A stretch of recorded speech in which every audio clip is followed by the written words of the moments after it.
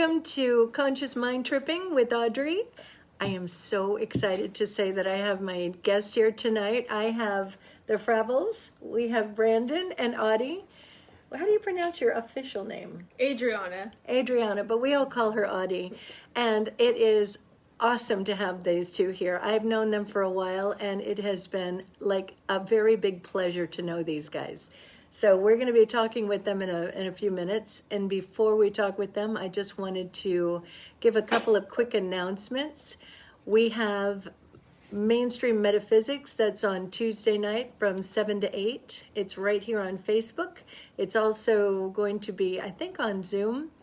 And we have coming up a relationship workshop that doesn't have a date set yet, but it's for all kinds of relationships, because one of the things that Nick and I are noticing with our clients is that many of them are having moments of struggle in the relationships because of different things. So we're going to address those things, and whether it's a business relationship, a friendship, a partnership, that love interest, we're going to address all of it and make things flow a lot easier. With that being said, I want to say hi to my audience here. Hello. Nice to have you guys. Yay. They're coming to support all of us. So tonight's going to be a lot of fun. We're going to be discussing the ins and outs of fear and anxiety. And just going to say, don't turn it off when I say this, because we're not going to be bringing up your fear and anxiety. I can hardly even say it. What we're going to be addressing is how to overcome it and what to do about it.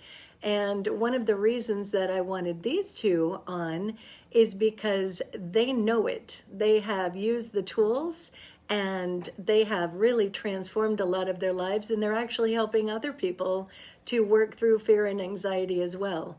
So it's going to be, I think, a really fun and interesting conversation. And I wanted to just address fear for a minute, because I think people think of fear as, something that you're like afraid of. And when I'm saying fear, I put it in kind of a broad category of fear feelings. And so with those fear feelings, at the bottom of it is depression and grief. There's rage, anger, anxiety is huge for a lot of people right now. Worry is huge. Stress is huge. I've got a lot of people who are experiencing frustration. So when I'm talking about fear, I'm talking about when we're feeling those kind of feelings. And I was thinking about it earlier, and that part of fear itself. So there's the fear feelings, and then there's the actual part of fear.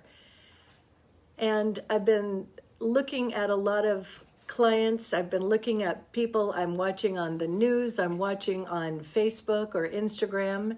And to be clear, there's nothing wrong at all with feeling any of those feelings or to be experiencing fear. I think with everything that's gone on with all the stuff that we've experienced over the past year, if we haven't had a moment of feeling any of that, we're not really very present. We might be living in some alternate universe.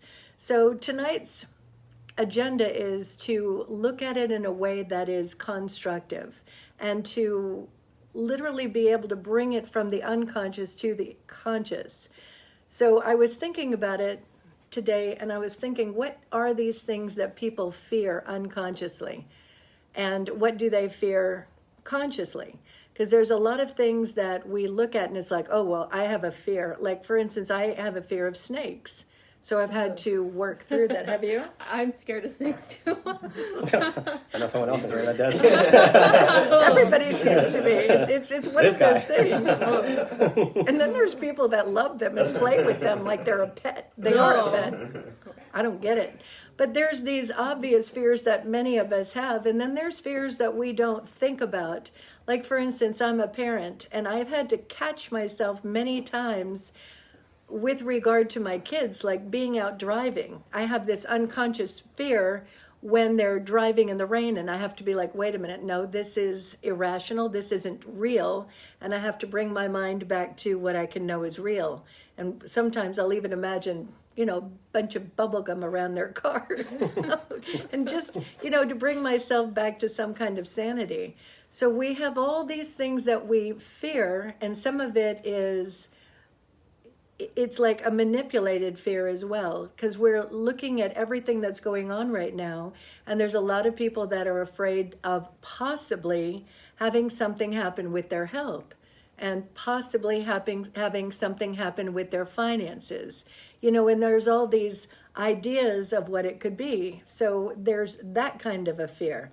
So before we ever get started with anything, take a moment for yourselves and think about what are those things that you have a fear of. And over the period of this night, we're going to look at it in a unique way, and my intention is by the end of the night that you have a much greater sense of how to deal with it and have the tools to literally work through it. So with that being said, I want to talk with you guys, because you two have had these moments. Like we were talking right before the show about that fear that you have had. Would you mind sharing that? Yeah, for some reason, I've had this fear of driving down the grade. It's so weird. Like I'll be driving fine, and all of a sudden, as I start approaching the grade, I start to like sweat. I feel like I can't control the feeling, and it's just, I don't know, I freeze. And I know when I talked to you in therapy about it, it ended up not being afraid of driving. It ended up being because I was suppressing so many emotions. Like if I'm mad at someone, rather than telling that person, hey, like what you did to me was wrong. Or it could have been something from childhood that I still think about, and it like scares me or it pisses me off.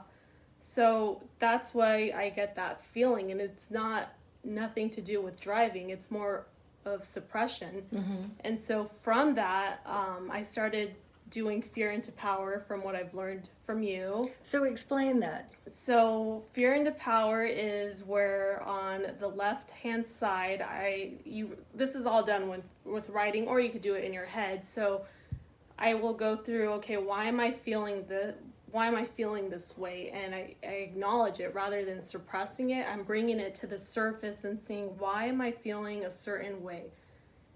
And it's like, I'll just give an example. I'm just mad at someone that said something that was upsetting to me. Okay, well, I'm just mad at this person because they said something upsetting. It makes me feel angry. It makes me feel sad. It makes me feel like I just want to yell at them. Mm-hmm. And so now I have this awareness of why I'm feeling that way, and then I go into the power statements and I'll say, I am powerful, I am strong.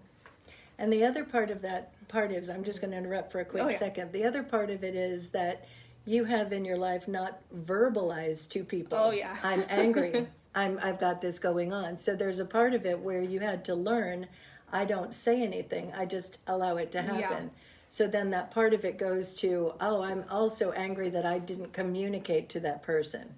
So that was a big part of it as well. Yeah, that's right. That was part of it as well, that I wasn't communicating how I was feeling. So it's like suppressing everything. Mm-hmm.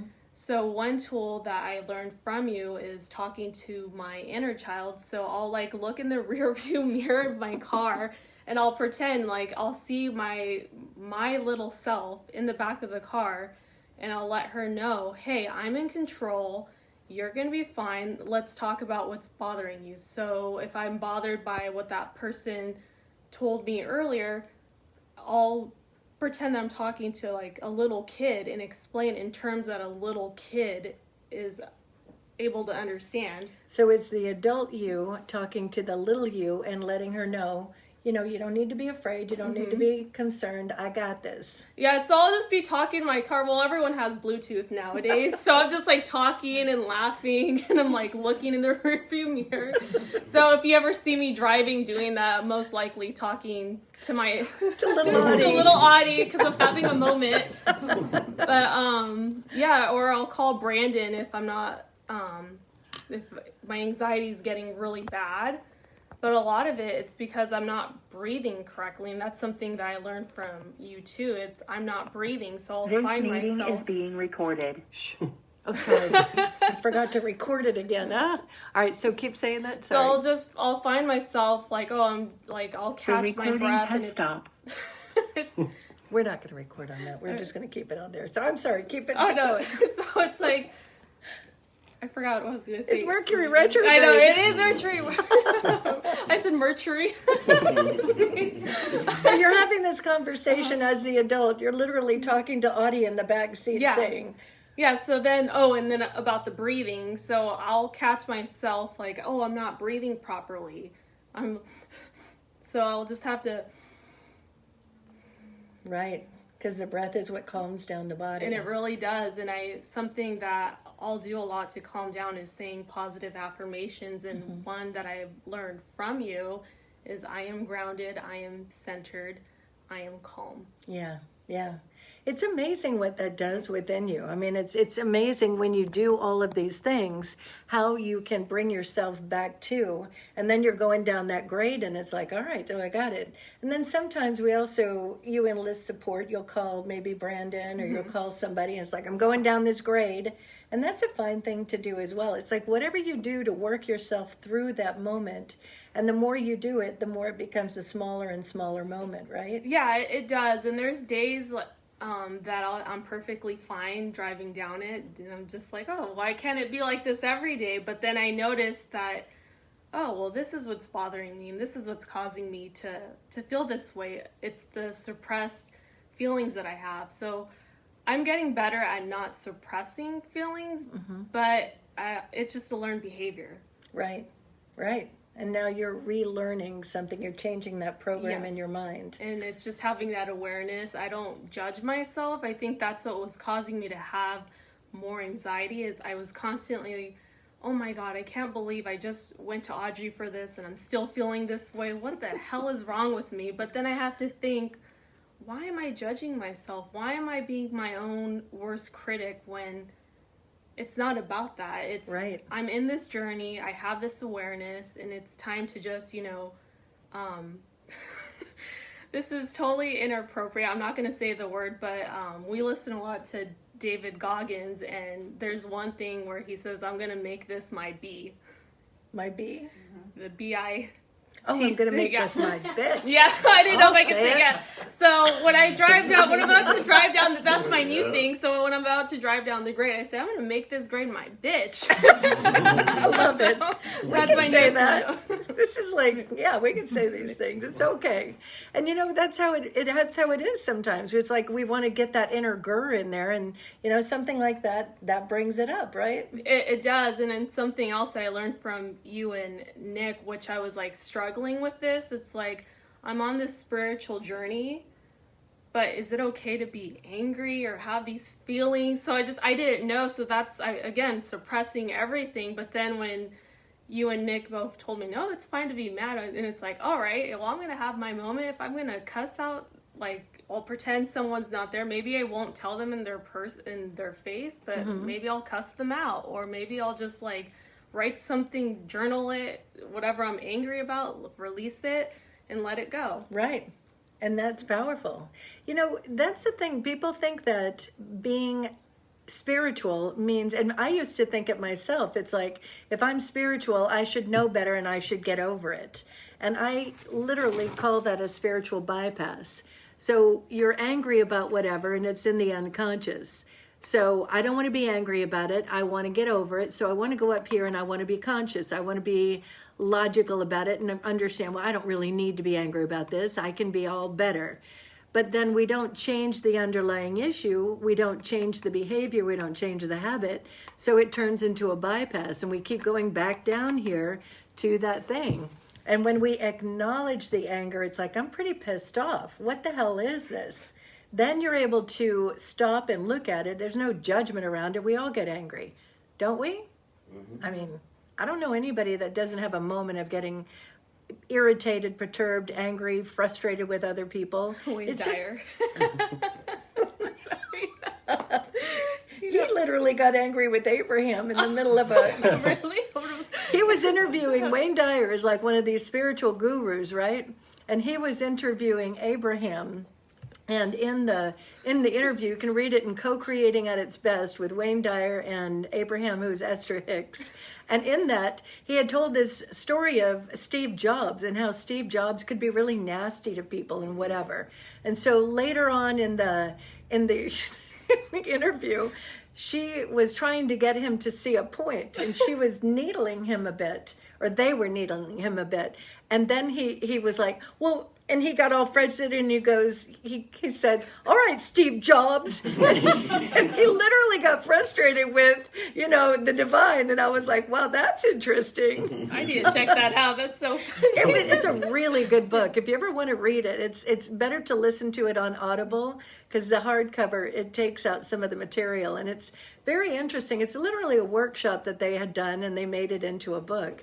But yes, get angry, but don't live in the angry. The angry is to teach you something, and that's what we don't learn. It's like, it's all right for me to be angry, and it's all right for me to continue to be angry with somebody about something that happened way back here, and there's all this stuff around anger that is not necessary. When we're angry, it's like, what is it in this moment? What is that thing that's frustrating me, and what am I not doing? Because a lot of times as well, when we're angry, we're busy pointing our finger.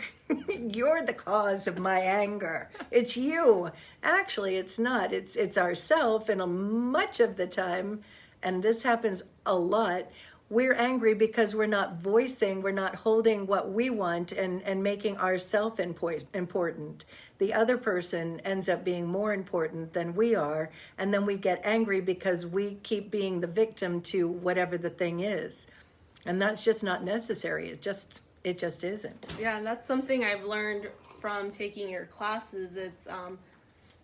It always stood out to me, and it's very powerful. It's no one could ever make you feel. It's how you perceive. And it's like, if you let someone make you feel a certain way, then it's because you're letting go of that power.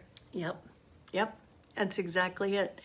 The other part of all of this is, and this I think is another big thing, we have been trained that other people are more important.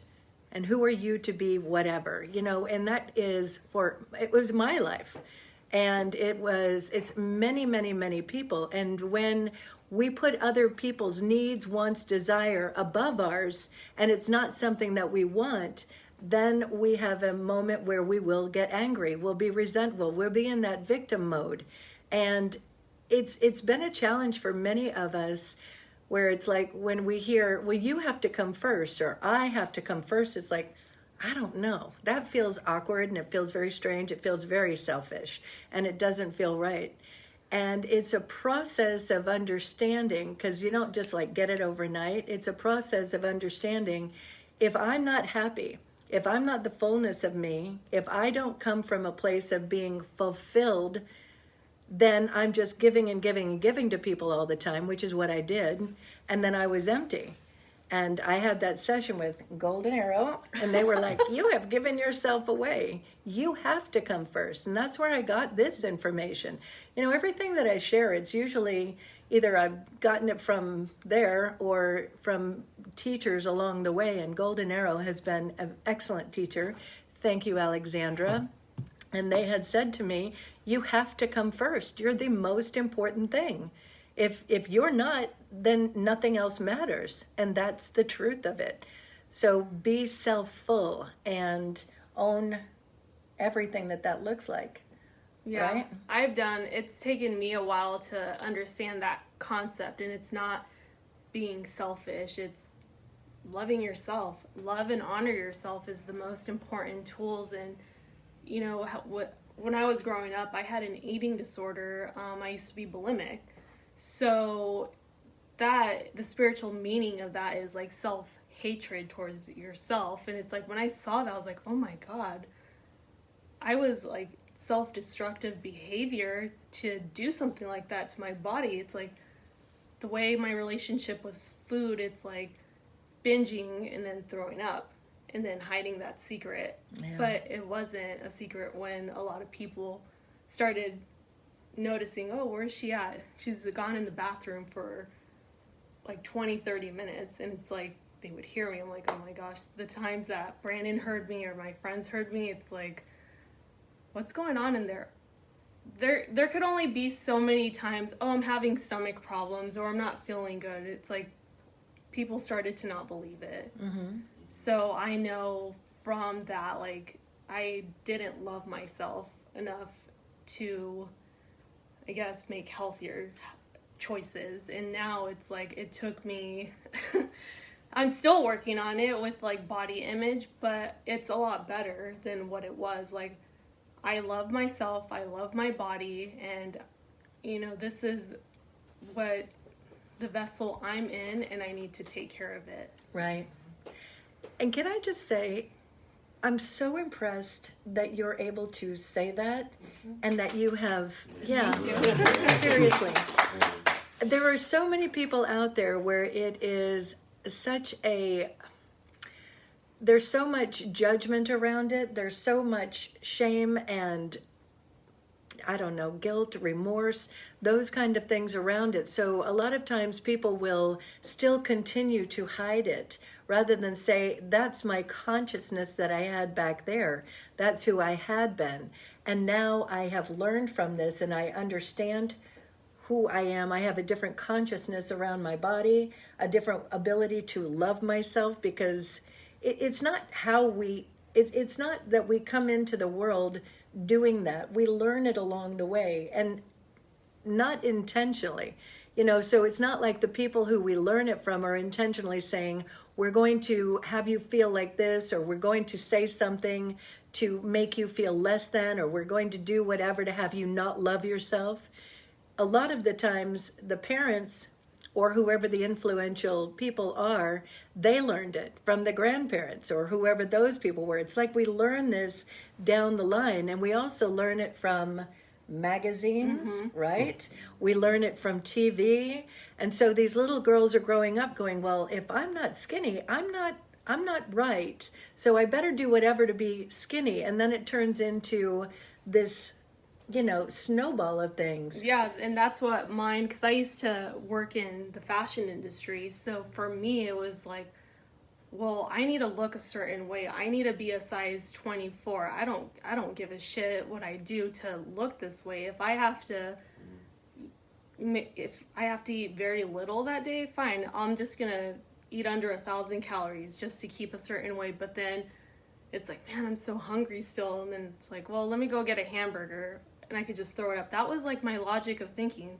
It's like I picked and choose what would be in my body, thinking, oh, okay, I'm fine because I had some salads, I ate carrots, but I ate a hamburger. I'm going to throw this up. Right. So it's like, that's not healthy and it's not right. So then that's when I realized I can't be in an industry that where it wasn't the industry, it was more of me. I mean, part of it is, but I take accountability for my actions because I chose to look a certain way and I chose to do unhealthy things to my body. Right. And then part of why I'm, Brandon's a personal trainer and running coach. So with me, I want to help out people that have gone through what I have, like with body image or having some sort of eating disorder, because I've gone through it, I lived through it, and it's crappy. Like, you have your days where it's like you look at yourself and you're like, oh, I don't You know, it's and you're having a hard time. It's I don't know if you see me. I think in our industry itself, it's not just the fashion industry itself. I think like a lot of us, I mean, I don't want to say I dealt with it, but I have dealt with it because as a runner, and, you know, Keith can, you know, vouch for himself on that, but it's one of those situations where as a runner, you look at cross-country runners, you look at marathon runners, all of them look a certain way, and you think, okay, if I can look that certain way, I can run that certain way, you know? And at some point, I think for myself, you know, she talks about her struggles with that, and I kind of dealt with that struggle at one point where I was working out a lot and I was getting really, really skinny and trying to be, this ultimate runner, right? And I think I limited myself with that kind of stuff. And I haven't told much people other than everyone that's watching now, but but I think itself, like, it is that self-destructive kind of behavior where, we just really want to be part of a clique, right? It's not even like really loving ourselves enough to be like, I guess what we're trying to say, we're trying to break out the stereotype of like what we feel the society has put on a lot of us today. It could be from having an eating disorder. It could be from being an athlete. I think a lot of us have these mental challenges that we have to overcome, and I think working through it, especially with you, like Audrey, I swear to God, the first time I met her, it was like an hour and a half, almost 2 hour session. I think she said it's okay to cry. She was telling me all this stuff. Typical guy's response is, nah, I'm not going to cry. I don't need to do this, And it took me a really long time to really kind of face the reality of what we were going through, fear-based and all that stuff. And I still deal with that kind of stuff. I mean, I had a moment the other day and I was talking to Keith about it while we're on the trail. And as we progress into this new self-worth of who we really are, we get these triggers, right? Everything's in trigger. I had a trigger today, running with Keith actually today. I swear to God, things happen when I run with him, right? Did you see a snake? I know. Well, we've seen plenty of snakes out there,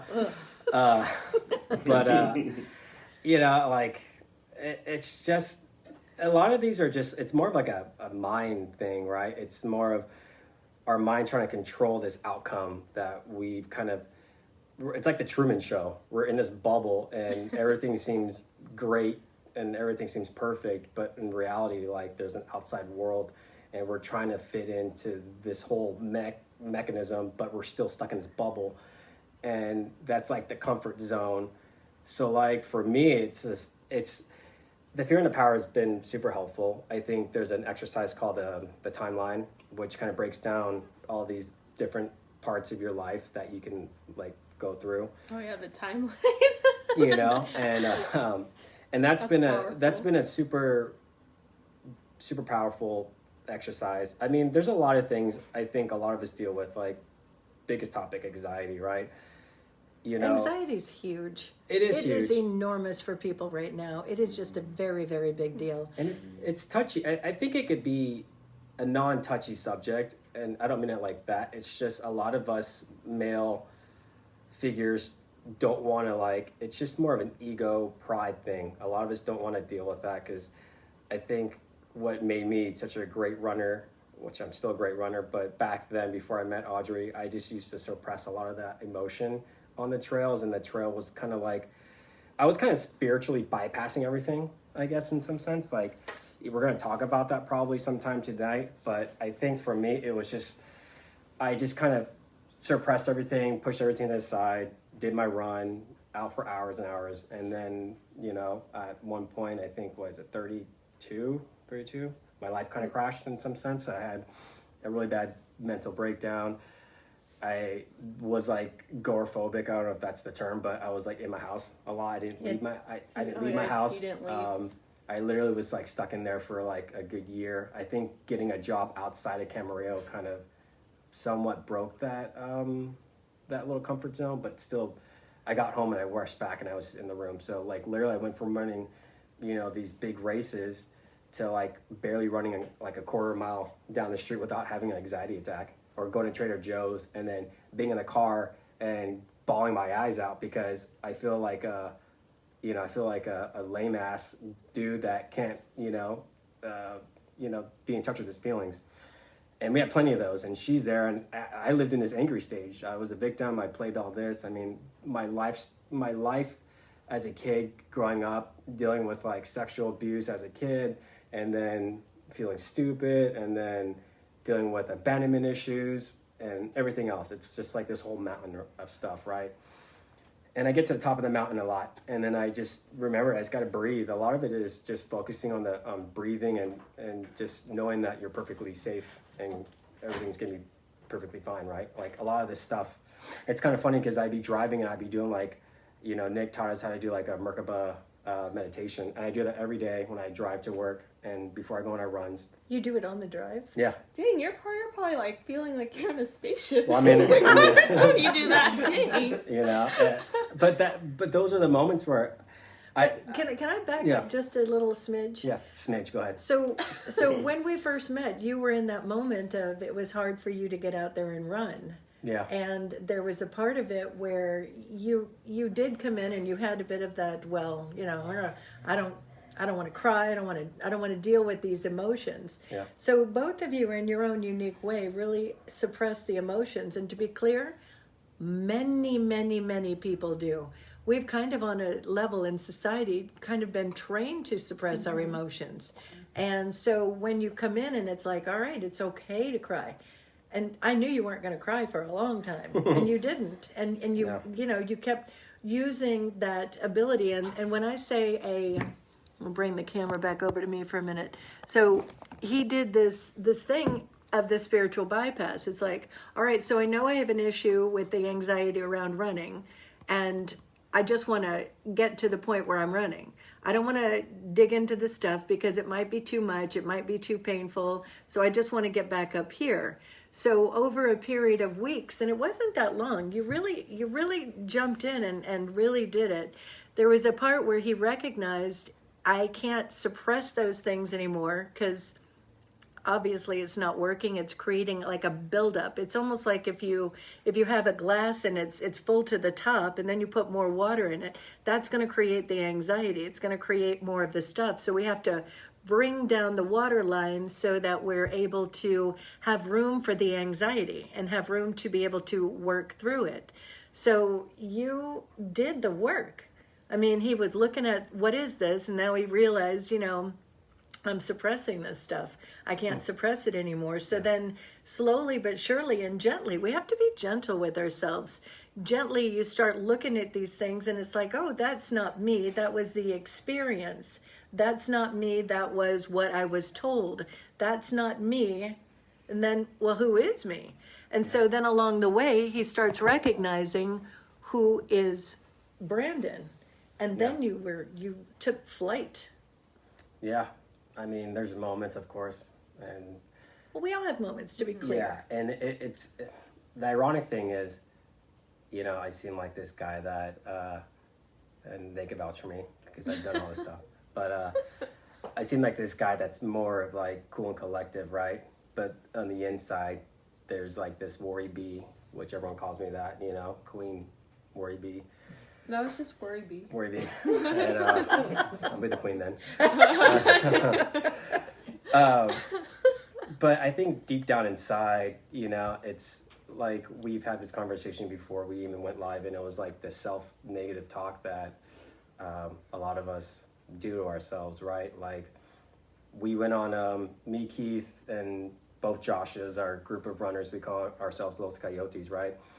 Group of us went up to a 20-mile run up this highest peak, and then at some point, Keith had a moment for himself, I had a moment of myself, and then those two guys, both Joshes, were just doing their thing, right? And I had to take a step back and be like, why am I even talking to myself in a negative aspect? Like, we're already 10 miles deep, and I started to have this like a moment where I was by myself, and I was like, oh, is there anyone here to like save me if anything were to happen? And they're like, they're a half mile in front of me. And then I purposely let them run further and further so I can be in that moment of like, okay, like I'm perfectly safe. Like, and I allowed that. And then once I was doing that, I caught up to them, and Keith's like, dude, what the hell, man? Where'd you come from? And I'm running down the mountain, just cruising, me and him 1 and 2. And ever since then, I just felt like, okay, like I'm okay. It's just that trying to be calm and collective in that sense of, and if I have a moment, I have a moment, like I'm not going to die. I'm not going to have a heart attack on the trail. I mean, but you caught yourself. But I caught myself, and I pulled myself back. And I think that's a bigger struggle is, there's like a judgment aspect. Okay, if anything were to happen, what am I going to tell myself afterwards or during the whole situation? But really observing what was happening it kind of really put things in perspective. Like, wow, like I have some work to do on myself with like the self-negative talk. And now that I recognize that, I can literally be in a better state of mind. You know what I mean? Like I'm doing things more on my own. I just need to remember to like always keep moving forward and always just allow things to be, you know? I think there's a part of it, you know, we keep going back to there is this self-negative talk. Hold on, I got to do something here. Somebody has come into the room, I think. No. Nope. Oh, because Nicholas is still set up here. Oh, I'm really not great with technical stuff. So if you're on that Zoom and it's not here, I apologize. We welcome you. I hope you find me on Facebook and I'll share it later. Getting back to that negative self-talk, there's a part of it where there's this thing that we need to be more mindful. Everybody hears, oh, be more mindful, be more aware of what's going on in your mind. But it's not that we have to notice first. And that is one of the things that's like super important. And it's one of, I think, the more challenging things to get. It's not about the negative self-talk first. It's about the feeling first. Remember, your heart is the most important thing. Your heart is that thing that's going to talk to your body. So you start getting feeling of, what is it, like maybe a little anxiety, maybe a little stress, a little worry. Angry is a big one. Your body will tell you first, and there's another thing. Your body will tell you first that there's something going on, because that negative self-talk will be rolling and rolling and rolling for a while. I mean, you can be halfway into the run and realize, oh my gosh, I've been thinking this for the last 3 miles. I've been thinking about that the whole time. Right. Right? But if you're paying attention to your emotions, if you're paying attention, and I know that it's a lot because you're actually running. By the way, he can run, what is that longest run that you've ever done? 54 55, around there. In one day. But we're going for something bigger next, in 2 weeks, right? 2 weeks, Keith? In 2 weeks. 2 weeks. What is that going to be? Well, we got to figure it out because Topanga Canyon caught on fire. So our route was going through Topanga Canyon, but it was going to be 68 miles. Who does that? 68 miles in one day. I mean, seriously, and he does it. He's brilliant at what he does, but when you're actually running, I think that there's a part of it, your body is so busy running that you can't pay attention to the feelings of the emotions as much, maybe. Yeah, I mean... But for everybody, it's like when we catch ourselves being angry, catch yourself being anxious, the trick is to stop. Literally, as you're running, just stop. What is this thing? Or if you need to keep running, stop the thinking and be like, all right, so there's something that's going on here, and be able to catch it at that. You know, we wait and we think we have to be mindful and catch those thoughts. It's the opposite. You catch the feelings first, and then you pay attention. What am I thinking? And that's the stopping point. Yeah, I mean, sometimes I'll actually, during a run, I'll just stop actually and then just breathe for a minute or so, because I realize that when my mind wanders, I'm gonna trip. And I mean, he's seen me trip more times this week than I have, you know, over the last few months of, you know, really tripping. And then I'm perfectly fine after that. Did you get mind tripping? Yeah. Sorry, I couldn't help it. No pun intended. But yeah, I mean, like, you know, it's a hard topic, especially like, because if, you know, we ultra runners tend to use running as an outlet for a lot of things. And, you know, you can pick up a book, and every book will probably say, I had a drug addiction, an alcohol addiction, whatever it is. And I found running because it's more of like a meditative state for a lot of people. And I would like to say that in the beginning of my running, that it was meditative, but really it was just to get out from stress, to get out from everything else that I was kind of dealing with in life. And so I think when you confront those fears and put more faith into that jar, you know, to the fear, then we realize that we're more powerful than who we think we really are. You know, like today's run with Keith taught me that it really showed me like I lack a certain way, and it's all because of the way I think, you know, from the beginning of the run. And then once we kind of pick it up from there, then you realize, wow, I actually can do a lot more than what my mind says. And so we kind of control a lot of this stuff that we endure, you know, and I mean, it's a work in progress. Everyone is going to go through that roller coaster. You may be crying one day, you may be punching a wall the next day, you may be screaming outside. But I think it's just recognizing it and allowing it to kind of, you know, take its course. Because I think in life, I personally have resisted a lot in life. It took me really a long time to realize, like, man, like 5 sessions with Audrey really taught me more about myself in those 5 weeks than the last 32 years of my life, right? You know, it's...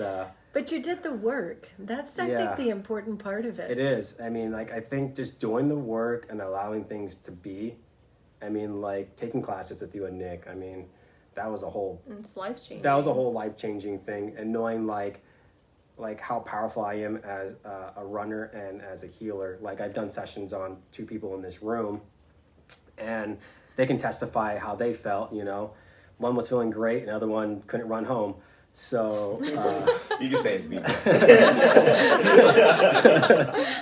But you know, I think when we accept who we are as a person, you know, and we work from there. Talk a little bit more about that healing, both of you, because you're both amazing at it. And I want you to talk a little bit more about when you say who you are and what that means and what the true who you are is. Because when we say who we are, you know, the 3 of us, we do energy healing work. We do energetic work. Like even... Hello. Even when I'm in session, before sessions, I literally will step back and I allow for my highest and best. I allow for the highest and best for the client, and I just allow myself to kind of on a level be directed. So many of my clients have noticed when I'm in session, sometimes it's me talking, and then sometimes I go off on a tangent and it's not me talking, sort of. You know, I'm allowing myself to just bring in the information that I am sharing with them, or, you know, allowing myself to kind of tune into what that is that they have going on. So there's a part of us, and I've said this many times to all my clients and to, you know, when we're doing this sort of thing, it's that tapping into the I am that I am. So it's not me, the human body, it's not me, the personality of Audrey. It's more me allowing spirit to work through me as me. And I want you guys to say a little bit more about how you experience that and how that works for you, like when you're doing the healing work and when you're just being. And Heather has a quick question. Well, or I can comment. do like a testimonial for Brandon because he's being a little bit humble. I think maybe he's not fully describing his gifts that he uses in healing, because I did have a healing session with him, and he went into certain things that happened with my childhood that there's no way that he could know just from knowing, like, me and my daughter. He talked about my dad and, you know, how he was raised and the way that he spoke to me, and he explained to me why he spoke to me that way. That it wasn't really about me, you know, so that was like a healing moment that I could take forward. Yeah. Wow, I never never heard that. Yeah, I do remember that. See, I remember a lot of stuff. I just, it's kind of, I mean, like... Thank you. Thank you, Heather. Yeah. I think as a person, you know, people see me, like, I worked in the fashion industry, right? And I dealt with that for 12 years, worked in corporate. Loved it to a certain point in my life, and then it was time to move on. And then I think people saw me just as this one person, right? And once I started to break out, and when I took classes with Nick and everything else started just kind of aligning, I started to, I think I have this like persona that I just don't want people to know that I do this on the side, right? Mm-hmm. So that's why I kind of stayed quiet and humble about it. But as our company, this is like the foundation of what we do. Body, mind, and You spirit. know? So wait, I want to ask you a quick question before you go further. Why didn't you want people to know? I'm just curious. I don't know if it was like a thing, because like back then when I thought about this kind of stuff, I said, man, they're on crack. Like, I don't know what they people believe. really judge it. You know, Yeah, and they do. people think you got to have long hair, which I don't have any hair, right? So you have this persona of a guy that just meditates, sits there and eats shrooms all day and just gets connected, right? And you're like, what the F is that guy on? You know? And I think Is that how people look at Nick? I mean, you know, I mean, we'll ask Nick if he goes on this right now. But I think for me it was just not wanting to accept who I was as this person that's naturally good at something other than the fashion and Like mainstream stuff. Yeah, you know, because literally everyone just kind of thought of me and saw me as, oh, he runs a lot or he dresses really well, you know, when I was in that industry. And he dances pretty funky. My what? You dance pretty funky. Oh, yeah, that was pretty good. That's another way we see you coming out on the floor. Good times. I know it. I can relate because I know, like, when I've talked about it with some friends, and it's like, oh yeah, like your aunt that died is right here, and they're just looking at me like, what the fuck? Oh, sorry, I didn't mean to say that, but they're just looking at me like, what is wrong? Like, what? It's like, oh, okay, maybe I shouldn't say something because it's like I'm hearing things, and it's like, oh, their guides are coming to me, and they're talking, and it's like, do I say something? But then it's like the voices keep getting louder and they won't leave me alone. It's not that I'm hearing, well, I am hearing voices, but it's not that It's I'm not crazy. like a schizophrenic, Yeah. I'm hearing voices. Yeah, that's what I mean. I think it's just like, a lot of it is, I mean, like, we were both raised a certain way, right? We were both raised Catholic. So, like, you go to our house, it looks like a Vatican, right? We have statues everywhere. Not your statues, though. No. Our rooms are different. Our rooms are different. So, Yeah. like, when you walk into our house, like, at some point I judge myself what people think if they say this amount of Jesus statues and religious statues everywhere, right?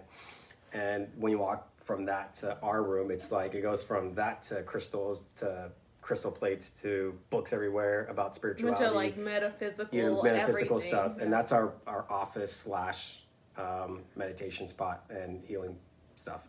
So, yeah, I mean, like, in some foundation that's like, I guess for me, it was just letting people know, like, I guess the people watching it now will know, but I think it's just not wanting people to know that I do this, you know? Like, I just want people to know me as he runs a lot and he has a business that's personal training, right? And I it's still, even when I think about it, it's still like something I need to work through to like let people know that I actually am great at doing healing. You're brilliant at it, to be clear. You know? I want to say something along those lines. When I first became a therapist, a hypnotherapist, there was a part of me, I wanted nobody to know that I was a hairstylist. Yeah. Nobody. I mean, I would hide that and I would put it over there. I didn't want anybody to see that at all because, in my opinion, I was a brilliant hairstylist. I mean, I was very good. I was at the top of the line, but it's like if they thought of me as a hairstylist, they wouldn't respect me as a therapist, kind of thing. And so it was like, I'm a therapist and this is what I do. And then along the way, I realized, and it was a really empowering moment, I realized who I have been in my life, all the things that I've ever been have added up to being the best that I am in this. And all those years of talking with all those people, hundreds and hundreds of people, they kind of set the foundation for being the therapist. And I'm like, not like any other therapist, like you're not going to be, and you're not now any other kind of healer. You're owning your own twist on it and what you do with it. And So, and that's what our company, you know, it was, I had a reading from one of our friends. Her name's Julia Treat, and this is back before I met you guys. She literally was like, you should turn your passion into your business, like trademark this right now, because there's a lot of good things that are going to happen down the road, you know? So instantly I called Audrey and said, hey, Julia, sorry, it was eyelash. I've been trying. I've been feeling something on my face. I'm like, what is on that? Thank you. So we trademarked it. We did all that, and then we didn't know what to do with it, you know. And we were on this weird fence of like, okay, our website was like all about spirituality and stuff, and people are like, I don't want people to be like, shit, man, like, what kind of club is this? Like, it sounds like a cult. So we kind of pushed it back, and now we try to infuse, because I mean, Keith could testify to this, that there's moments we run and I'll pick up energy and I'll tell him stuff, and he's like, what the, you know? And you know, we have these moments, and I think that's like this coach-client relationship that we built, even to like friendship now, right?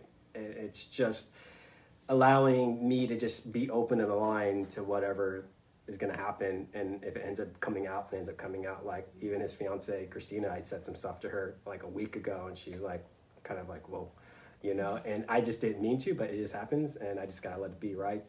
So we built this whole company based on our natural gifts that we both have, accepting it and kind of working with it, because at some point, as an athlete or just as a person, we have mental issues that we need to work through, and the stuff that we learned from you and the stuff we learned from the classes with Nick has taught us how to really help people overcome their issues that they're dealing with today, which a lot of it seems like a lot of things I deal with clients might be anxiety induced, or it could just be some type of self-worthy feeling, or lack of confidence. Like, you know, stuff that I deal with, it's kind of funny that the people I deal with are the things that I've dealt with my life. Right. You know, and it's great to be like, oh, have you tried this? You know, I put my time, I'm like, try this.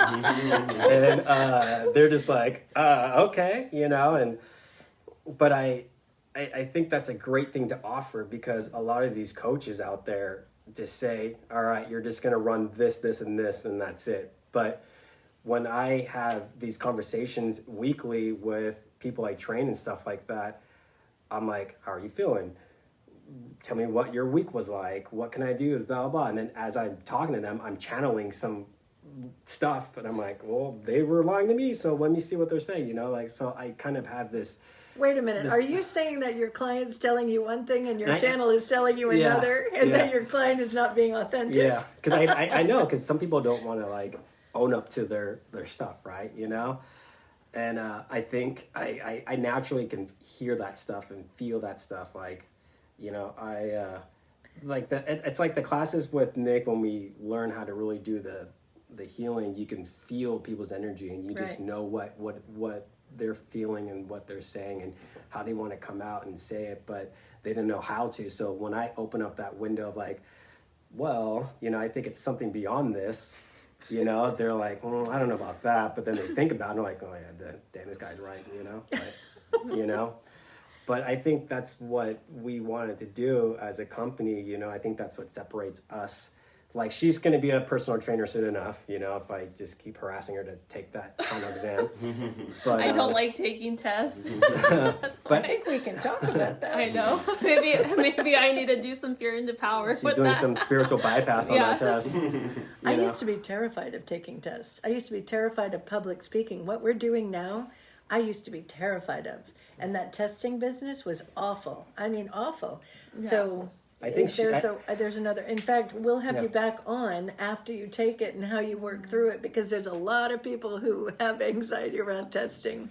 Yeah, like, she just. I think a lot of it for her, like what I picked up, was there was like this lack of confidence within herself, because she thinks I'm this ultra superhuman. Well, I can speak for that. So it's like I look at Brandon, and it's like, okay, I don't run for 50 miles. I just maybe run 5-10 miles. I'm good with that. Or 3 miles, or I don't do anything. I just like to eat popcorn or, you know, hang out with our dog Cody. And that's okay. But I need to stop comparing myself to Brandon. I'm not, like, that's just not me. It's, one day my goal is to run an ultra one day. But is it in my interest right now? No. And I got to be okay with that. I admire how this... I mean, she has to... Yeah. I mean, she admires how much dedication I've put because I've been doing this for the last five years, since 2015, 2016, right? So like literally, she's like been my personal crew. She's been with me. I'm always pit crew. She's always pit crew. As long as I tell Brandon, I don't mind pit crewing you as long as you take me out to like dinner or something. Not that day, but something. I'm very food motivated, so it's like, okay, well, food, crystals. So literally, yeah. I'll just buy her stuff, like I try to because I traveled so much within the industry of the fashion industry that I experienced so much in life with travel around the United States, and I want her to experience that. So I would sign up for these races, regardless of whatever race it is. So every vacation was always a racecation, right? It was always me running and then experiencing some part of another state, whatever. And so I think she gets this whole thing of like, okay, like he's so dedicated and he's grinding hard every day and he's doing this. He's out in the mountains by himself for 4 hours, 5 hours at a time, doing all these long runs at some point. And she just gets nervous about that. And that's what scares her about finishing the test. But I don't want to say pushing her, but I also have a problem with people telling me what to do. I'm working on that. This is something right here, Audrey.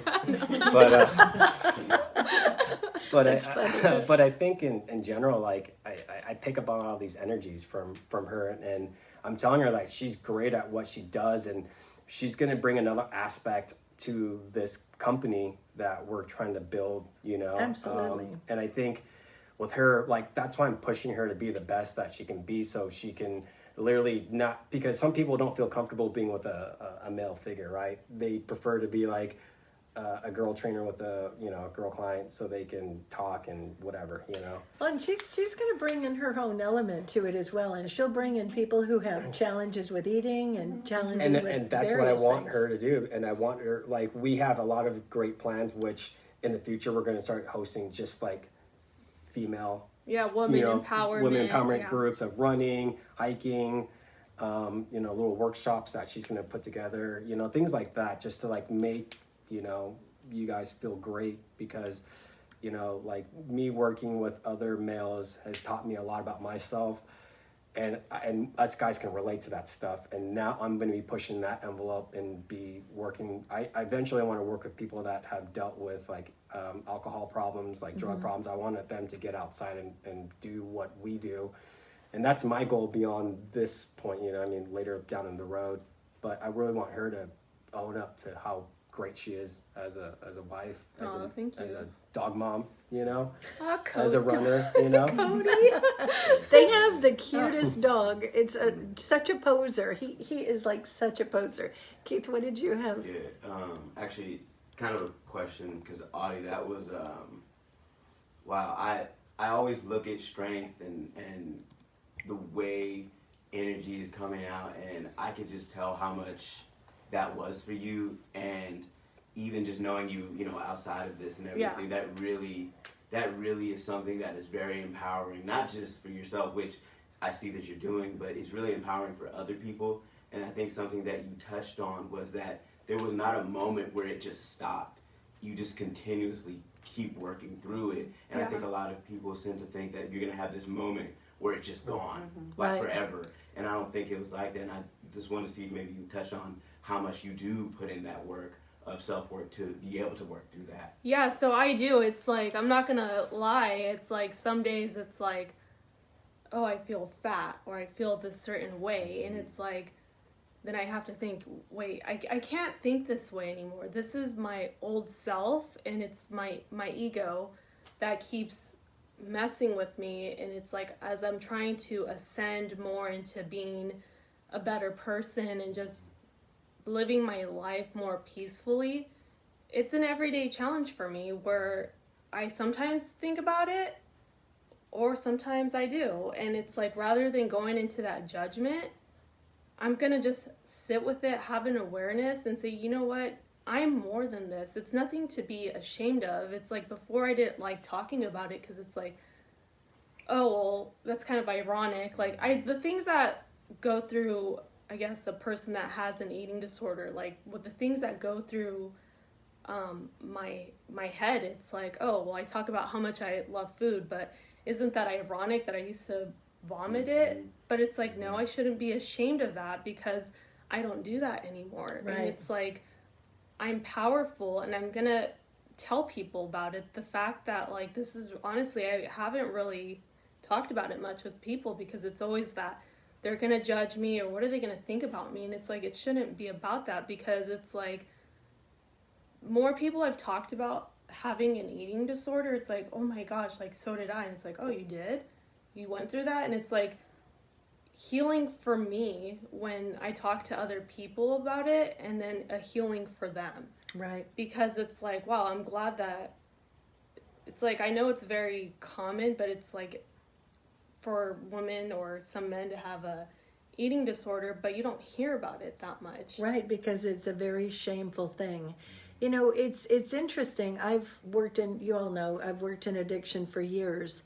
And when people get that piece, I mean, it's when people understand that you're not your past. So whatever we did in the past, when people have that understanding, and I've watched people just literally just almost start crying with relief because they understand, I don't have to carry that as my badge anymore. So yes, I had an eating disorder, or yes, I was a nymphomaniac. Yes, I was an alcoholic. I was a drug addict. I lived on the street for a while, or whatever the story is, whatever the thing is that we've gone through. When you're on the other side of it, like, I've had plenty of things in my life. I mean, I have a laundry list of things of who I used to be, which is why I can do what I do with you all, because I've been there, done that, and I lead a life that is very, very different now. So when people get that piece of, I've been bulimic, or I have had anorexia, or whatever the thing is, and that's no longer my story. My story is now I love my body and I treat it, making healthy choices and doing all of those things because I am coming from a place of love. So when we take the shame out, the guilt out, and we literally make it okay, not only do you make it okay for yourself, but all the people that are watching are going, wow, you know what? She's there talking about it and she's okay with it and she's all right. I can do that. You know, so when we tell our stories and when we do that part of it, and you know, this today is, it goes back to the timeline. I'm in a choice point, and everything that ever happened, everything that I ever did, it's all with the consciousness that I had at the time. It's what I learned. It's through experience. It's what happened with whatever. It doesn't even matter. What matters is you being in the present moment now and understanding that there is a part of you that's never been touched. There's a part of you that in all of that period has been perfect, whole, and complete, and that's still with you. That's who you are. And when you own that piece and you keep buying that piece and keep bringing that piece closer and owning it within you, that's everything. That's just everything. Mm-hmm. So the fact that you're here, and I saw how emotional you got when you were talking about it earlier, kudos. You know, when we're able to admit and we take it out of that shameful category, when we take it out of the underneath and the unconscious and we say, you know what, this is what I did. I didn't like it. I didn't really want to be doing it, but I did it and I let it go. So there's a part where people say, you know, I forgive it or whatever. Forgiveness isn't even necessary. There's that part of it where you just say, it happened. And now I know, and I've learned from it, I've grown from it, I gained that wisdom, and I'm moving on. And in this, because the two of you have been through so much, you're able to share that wisdom with other people. Yeah. You know? Yeah, I mean, I dealt with a lot of shit in my life. You know, and I think that's why I can relate to a lot of people, you know, and I think just being open, I think the hardest thing for me was really being open about everything. Yeah. I talk a lot. Everyone calls me Chatty Cathy, and I can still talk to They call you a queen and Chatty Cathy. I think they're missing something about I don't you. think no one calls you queen, though. We call you Worry Bee. You called yourself that, but that okay. Queen Oh, no, Worry Bee. it's Mother Worry Bee. Mother, That's mother, what it was. mother, see. I guess I could be a queen too. Yeah. You know. I love that you own all these parts of you. I know. Only on Facebook. Yeah, I mean, in reality, I think I got to a stage in my life where I keep preaching about a lot of this stuff, right? I keep talking to people, you got to do this, but I'm not even doing it myself, right? And the other day, there's a running route that I haven't done in years because it just seemed scary to me. Like I built this whole thing in my head and I did it by myself. And I was running one of the fastest times I've run in a long time. And I said, at one point I said, okay, well, if I'm gonna have more faith in my life, I gotta just let it be and surrender to the fact that whatever happens, happens. I have a phone call. I could just call her if anything were to happen, right? But I, just breathed through it and I did it and I got through the day and I realized, man, like I am much more powerful than, what I thought I was. And I like talking to people and helping people, with their issues and problems because it really does put another perspective on what am I going to do to heal myself. Like at some point it's not always about the running, it's more beyond that. It's more of like I need to work on other aspects of my life that I've been pushing away. Like me not running yesterday, it made me do my laundry basket that's been sitting for 4 days and also work on my vision board from Nick's class from like a month ago, right? And then it's just teaching me more about, okay, there's other things in your life that you have to prioritize other than this, because I'm not a sponsored athlete. I'm not making millions of dollars off of that stuff, everything's a work in progress. We're building the business from another standpoint, so it's going to take time for us to like really hone down that part of it. But I'm literally just taking day by day and really figuring out, okay, this is the next step in my life. And let me just accept where I'm at right now. Like COVID changed a lot of people and it either helped them, either awaken them or it just brought them down, And so, yeah. And truly, COVID for so many people has just been, you talked about agoraphobia. Many people have gone into being agoraphobic. Oh yeah, definitely. And they've been very limited. One thing that you said, I think is super important. I think sometimes people look at somebody who's like a healer or a trainer, or like Nick and I, we're therapists, and we do all the stuff that we do. And I think that people have a tendency to think that, hey, Nicholas, I see you popped on here. I think people, you're perfect timing. I'm just talking about you. I think that people have a tendency to think that because you're spiritual or because you're whatever, that you don't have any issues. You just like, for instance, I have all the tools that I put together. My clients use them, obviously transform their lives. I know it's dinner time. He's trying to give, it's getting to that time. But when in reality, I put those tools together because I was so backwards, so dysfunctional, and I needed to learn how to be a better person. So it's been a gradual process. It's been gradual learning and getting better. And I still have days where it's like, I just have a crappy day and I have to just allow, this is just what this is. And even if Jesus was human. So there's a part to it where you have to be in the moment. And I love how authentic both of you are. And it's like, we do know this stuff.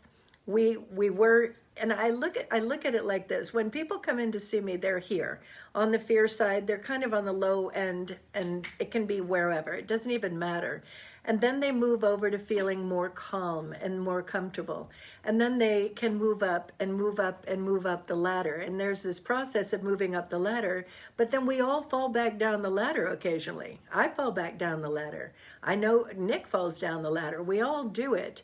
And that's, what do I need to learn when I fall back down the ladder, rather than judging myself because I lost my cool, or I got angry, or I got anxious, or whatever. I mean, there's these million things that can cause those triggers. So it's not that we have done anything wrong or bad. We don't judge ourselves. We just say, you know what, now we just have to understand what this thing is, what's causing these feelings, what's causing this action. So it's all a process. But the fact that you guys come on here and you're so authentic about it, I think there's a part of it where you're saying what you're saying, that I want people to really get you two. The reason why I wanted you on here is not only because I really believe in them and what they're doing with their training and the energy work that they do, but it's, you have gone from being wherever you were to really climbing up that ladder in a big, big way. I mean, a very big way. Yeah, I'm serious. And it's important to get, we all have those moments. Like Nick said, even Jesus had those moments. That's actually one of our spirit guides. Yeah. Really? Yeah. That's awesome. So I'm going to have you guys come on to mainstream metaphysics a little bit more at another point, and I want to dive a little bit deeper into the energy part of it, and that part where you channel a lot more, and what these things are that you guys do with that, because it's pretty phenomenal what you both are doing. And I think as you're creating this business, it's going to be amazing. And one quick thing, and now that Nick is watching, when you were talking about how Brandon does all this, and you really look up to him. Imagine me, I'm a brand new practitioner. I wasn't even graduated as a practitioner, and I'm taking Nick's classes, and he's doing all that stuff. I couldn't even figure out how to do anything. And I'm sitting there in the class going, gosh, I'm just a loser. I don't even know it. And it was like, it took a while. And then one day it just started clicking in, and... it's funny because Audrey's the one who kind of nudged me to do this stuff, right? And I said, I don't want to do this stuff, so I took one class, and then I was like, well, I'll just take the next class, and then I'll just take the next class, and then the internship came up, and that's where we kind of do what we'd learned over the last year or whatever it was. And you were the teacher's pet. Yeah. And I ended up being the TA, right? But it wasn't even I don't remember any of that stuff. Anything I learned the last year, it just blew up. It just went. And Nick's probably gonna hate me for saying that, but but you owned it. But I own where I was at in my life at that moment. Are you kidding? And I did. Hold on. I know, and I did the class, and then I ended up doing so well that Mr. Nick wanted me to be his TA, right? And then I realized, wow, I'm actually good at something other than the athletic aspect of my life, right? Because that's all I did as a young kid, was just focus on sports and at school. But yeah, I mean, it's funny because I compared myself to her, even when how you were with Nick, I did that to her. I was like, God. So you two were both comparing yourself to each other. Yeah, that's hysterical. We did. That's funny. And then when I got this natural ability, when I honed in on it, and even Audrey would start asking me questions. I'm like, why is she asking me questions? She knows the answer. But then it was she was testing me, or she was just maybe she doesn't know the answer. Maybe I just really know the answer, and then it just became more in this flow, right? I wasn't resisting it anymore. I was like, okay, I'm in a good spot now, and then I TA'd Nick's, crystal class. And so it was it really built this confidence in me. And then doing the sessions on these two people built more confidence. And then doing a session on Mia built a little more confidence. So, and then I had another session with someone else, and that kind of boosted everything. And then I realized, oh my gosh, I do have this natural ability, and at some point I was like, but then, we go back and forth, and we don't really, I don't want to say we don't compete against each other, what I mean? You support each other in going higher. It felt like that at some point, but then now we kind of realize this is our business, our foundation, so there's no point in competing, because, whatever my weakness is, that's her strength, and vice versa. And you're probably going to be like Nick and I, where you realize I do what I do, he does what he does, and we share clients back and forth all the time. It's he'll look at a client and be like, you got to go to Audrey and do the tools, and I'll be like, you need some energy work right now. Anyway, speaking of all this, I'm thinking it is past the time, and we need to end this conversation for tonight. So I just want to thank you both so much for coming on and for sharing so authentically. And I think it's a very powerful conversation when you are sharing all that you've shared. So we can literally go another 2 hours. I know, right? Seriously. Which is why you're coming on Mainstream Metaphysics with me soon, with us soon. I actually want to end it with something something that I told someone that was in this room, you know, and it hit him pretty hard. And I think this quote that I said, I guess, I do remember it. But I think this might end up being something that people can relate to, right? Mm-hmm. So I told this person, the only limits we have are the ones we put on ourselves. That's it. Really think about that and hone in on like what's really stopping you from being this ultimate human being, right? Spiritual being. Right. That's powerful. Yeah. And it's exactly right. So tell them where they can get a hold of you for energy sessions or for training. You can definitely go on our website. It's runfreerunningclub.net. You can definitely email us at runfreerunningclub@gmail.com. I know it's a lot. It's a handful. You can text us or text me at 805-407-3977. And mine is 805-407-3240. We welcome everyone. We host run. We have group a runs and group stuff like run that. this Saturday. We do group runs, we do hikes. It's all free. Just come out and enjoy some Mother Nature with us and some other fellow runners. And meet Cody, our dog. Cody's with us Cody, always. I can't believe you didn't bring Cody tonight. We almost did. We should have.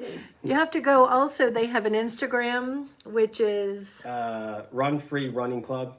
Run Free Running Club on Instagram, and then I think the same thing on Facebook. Yes. Yes, and then we actually started doing a newsletter. So if you go to our website, you can actually sign up, subscribe to our newsletter, which will be coming out soon enough. We've been kind of working on it to like add more to it, so we're going to be It's adding a lot very of good. professional. Yeah, it's been a work in He progress. does all the work for You know, but we're adding a lot of cool stuff. So in the newsletter, it's not just a typical what race is happening. We kind of include stuff we learned from you about mindset training. So we have like an exercise for you to like really open up, you know, the flaws that you feel like you have in your life. And then we're going to be adding more stuff to that. We're going to start a podcast maybe in the next 10 years, you know, who knows. But we do have a lot of things in the works, you know, and I got a lot of other personal projects with other people on the side too. So when that ends up, you know, taking off, Audrey will be taking care of Run Free. And then go from there. So in the meantime, get an energy session with them or a training session or go for a good run. And also check us out here at Newmont Center, newmontcenter.net. And you have all of our information there. We're going to be on Tuesday night with Mainstream Metaphysics. I'm not exactly sure who our guest is, or it might just be Nick and I. Maybe we'll bring in Merlin. I love it when we bring in Merlin. So also be here next week at 7 o'clock for Conscious Mind Tripping with me. And have a fabulous week. Go enjoy yourself. Much love to you. Say bye-bye. Bye. Bye.